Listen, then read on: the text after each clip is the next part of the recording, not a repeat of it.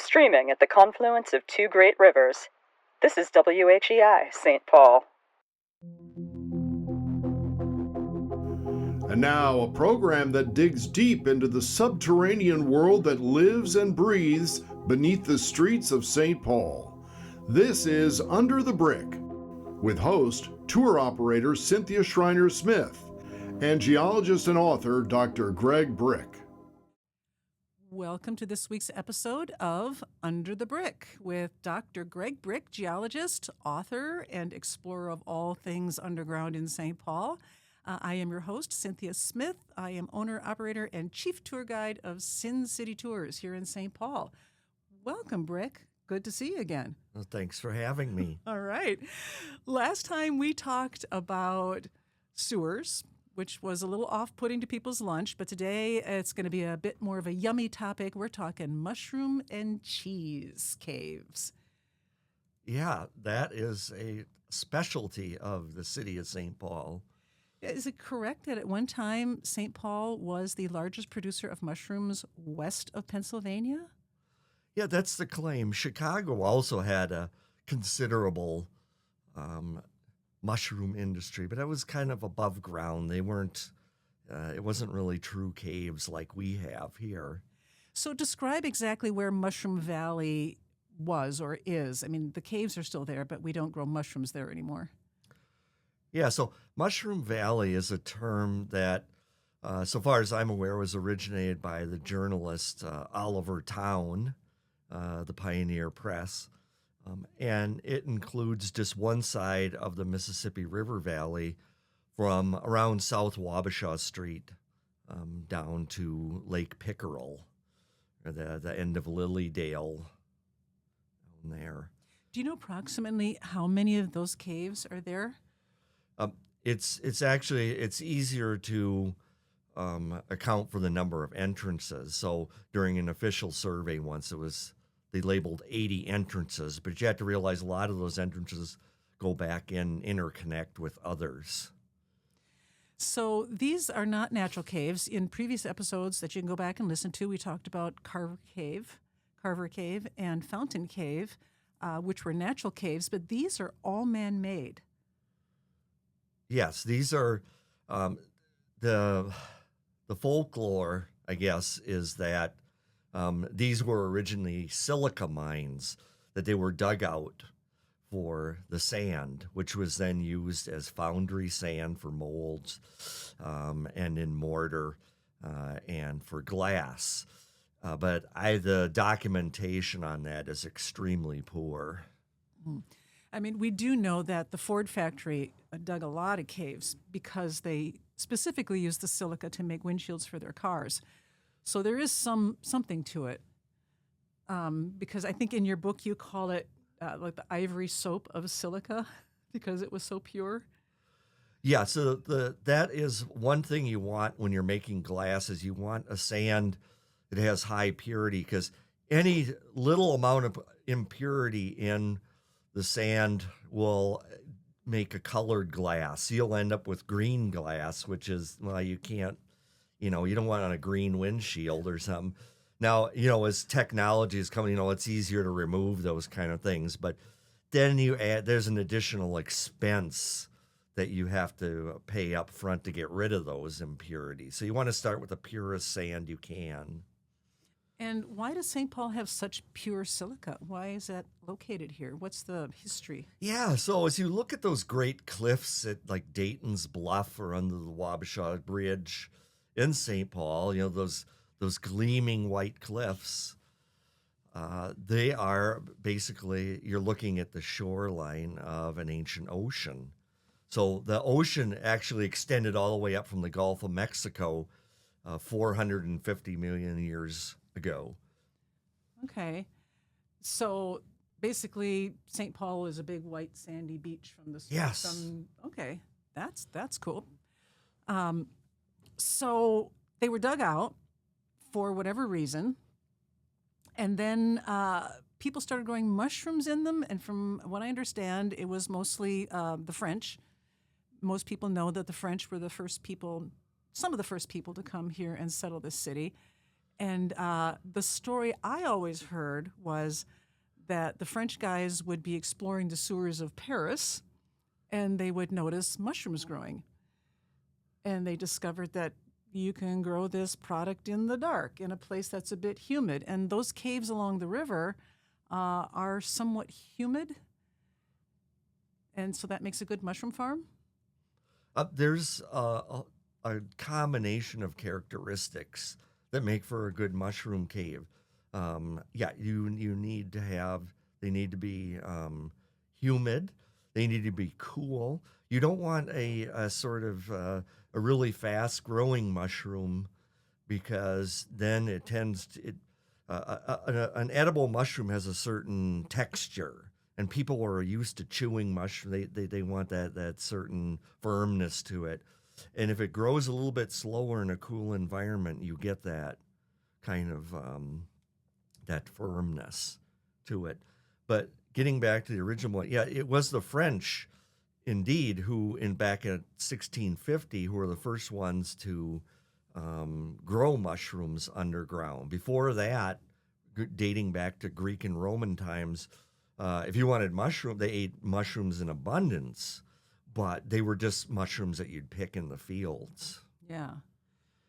So, but these were actual farms, and it worked really well in St. Paul because mushrooms grow best in horse manure.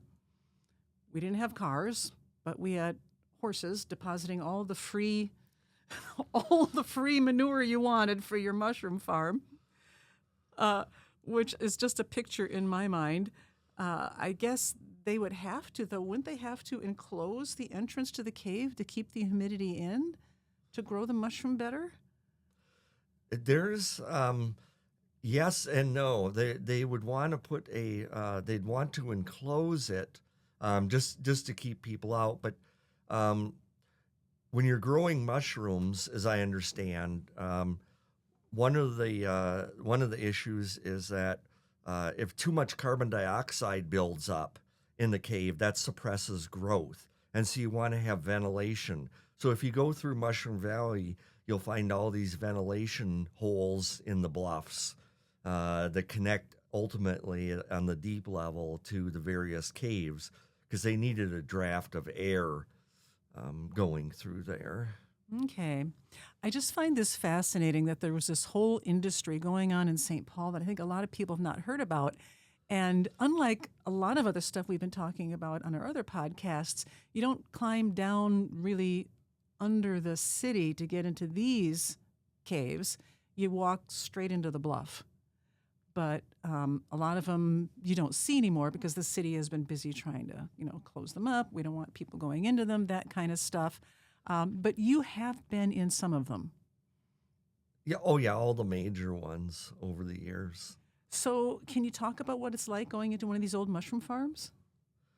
Yeah. So there's nothing in there from the old mushroom days, except occasionally, very occasionally, you'll find like some rotted wood, which were part of the old mushroom trays. Right. They originally grew it on the floor, and then to help with bugs and other things, they started putting them on looked like a little coffee table. Yeah, so you'll find remnants of that. So that's kind of diagnostic that you're in one of the old mushroom caves, which you can confirm by looking at the old city directories. But these are some of these spaces are enormous. They have 35-foot ceilings, all from floor to ceiling. Their height only limited by the limestone layer, which it's easy to excavate through the sandstone, but then once you reach that limestone ceiling, that's it. You don't want to go past that point.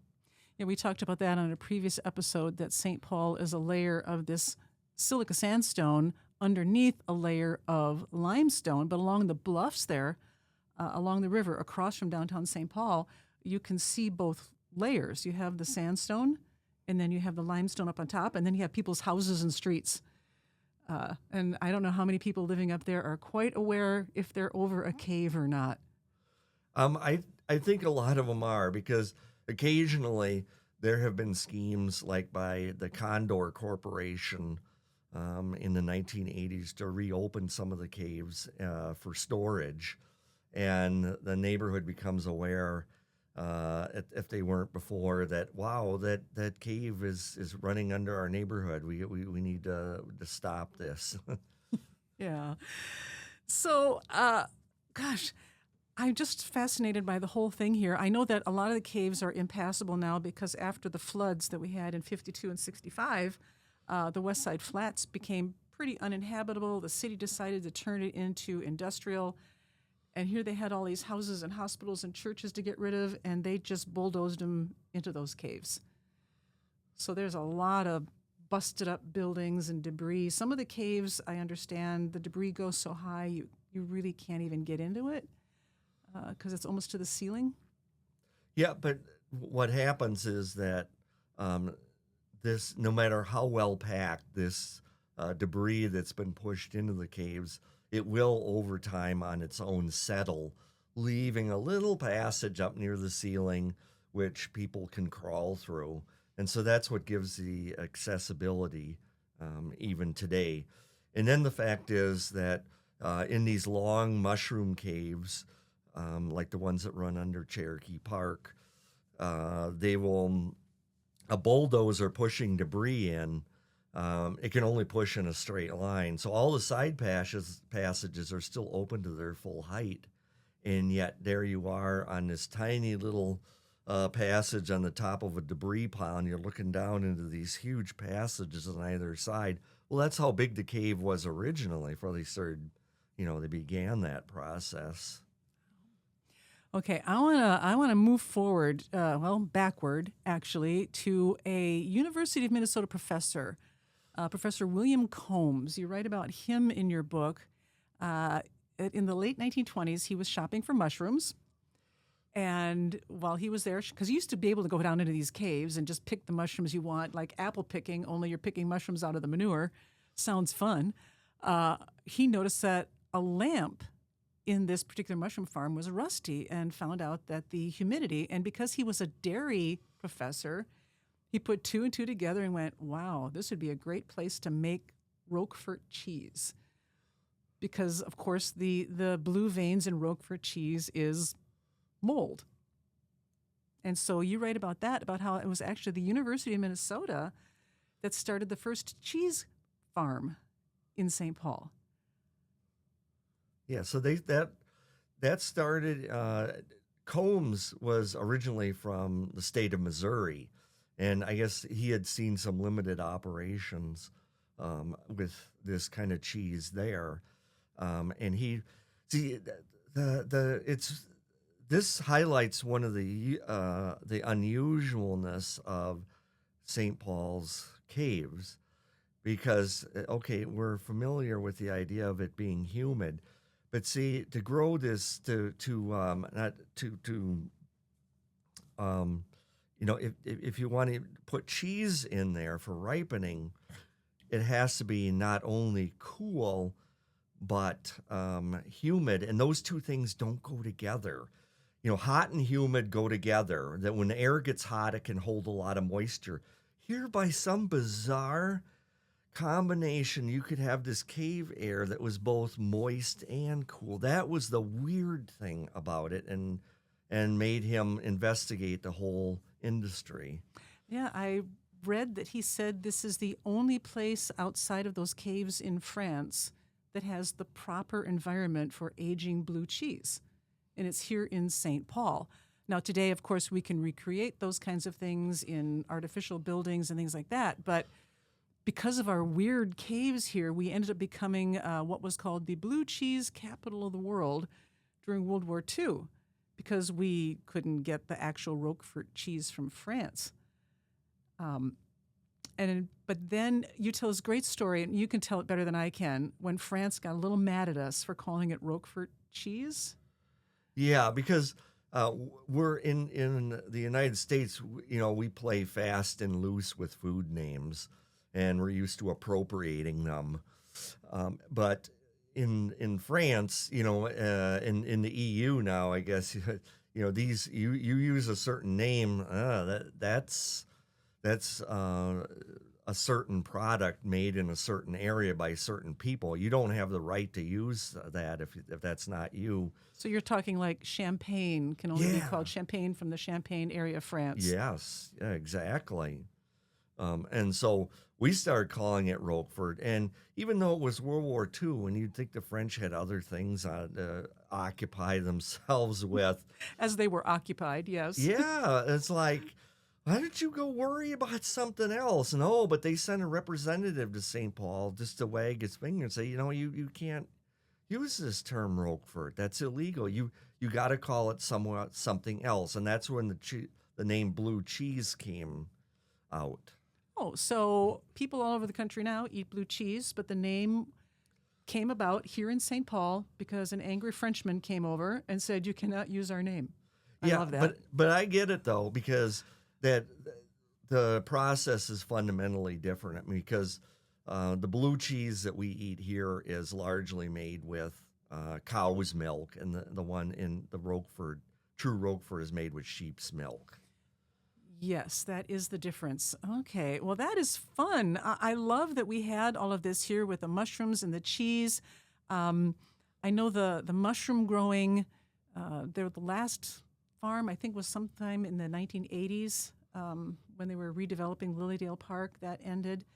But really the mushroom farming kind of started to fade out in the mid-'60s. That's correct. Yeah, there was what we call the mushroom growing century that can be roughly estimated from 1880 to 1980 in this area. But if you looking at the city directories, they all appear suddenly around about 1900. So I don't know if they were just informal operations for that previous 20 years or if that's just nonsense. And it really began in 1900. Okay. And the U of M has been out of the cheese business for quite some time now, too. Not really. So what happened was Professor Coombs handed it on to other people, and I talked to the last living cheese person. That was Dr. Morris, and his retirement at U of M St. Paul campus, and it in their dairy store on St. Paul campus, like at Christmas time. They still offer blue cheese, but it's not cave ripened blue cheese. It's made strictly above ground. Okay. Well, once again, Greg, I have learned so much from talking to you today. I hope the people listening did too. We're going to wrap up this episode, and next week I think we're going to kind of do sort of a part 2 of these man-made caves that we've been talking about today that were used for mushrooms and for cheese, but there were other industries that were used in those caves too, and the one that I think fascinates me is the entertainment that took place underground. Oh yeah, that was a favored reuse of old and defunct mushroom caves. People dancing and drinking and having a good time and watching magic shows. That'll be very entertaining. So thank you very much. We'll see you all next time for Under the Brick.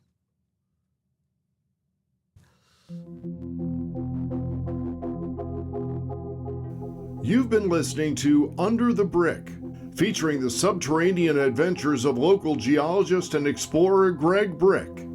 Your host has been tour operator Cynthia Schreiner Smith. Tune in again next time